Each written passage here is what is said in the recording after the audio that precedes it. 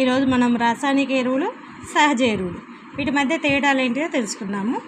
రసాయనిక ఎరువులు అంటే అకర్బన లవణాలతో తయారవుతాయి. అంటే మనము మనుషుల యొక్క ప్రమేయంతో ఏర్పడేవి, తయారు చేసేవి రసాయనిక ఎరువులు. ఇవి మొక్కలు, జంతువుల నుంచి వచ్చే వ్యర్థాలు కుళ్ళిపోవడం వల్ల వాటిని మనము ఎరువుగా, సహజ ఎరువుగా ఏర్పడుతుంది.